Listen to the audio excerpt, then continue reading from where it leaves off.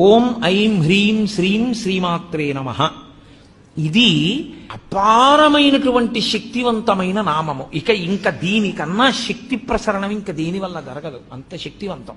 ఈ శక్తిని ఎందుకు తీసుకొస్తారంటే ఈ బీజాక్షరాలతోటి ఓం అంటే ప్రణవం. ప్రణవము మహత్వాన్ని చెప్తుంది. అసలు ఈ బ్రహ్మాండంలో నిర్గుణమైనటువంటి పరబ్రహ్మము నాదరూపంగా రావడం దగ్గర నుంచి ప్రణవం చెప్తుంది. అందుకని మహత్వశక్తికి అంతటికీ కూడా ఓంకారము ప్రతినిధి.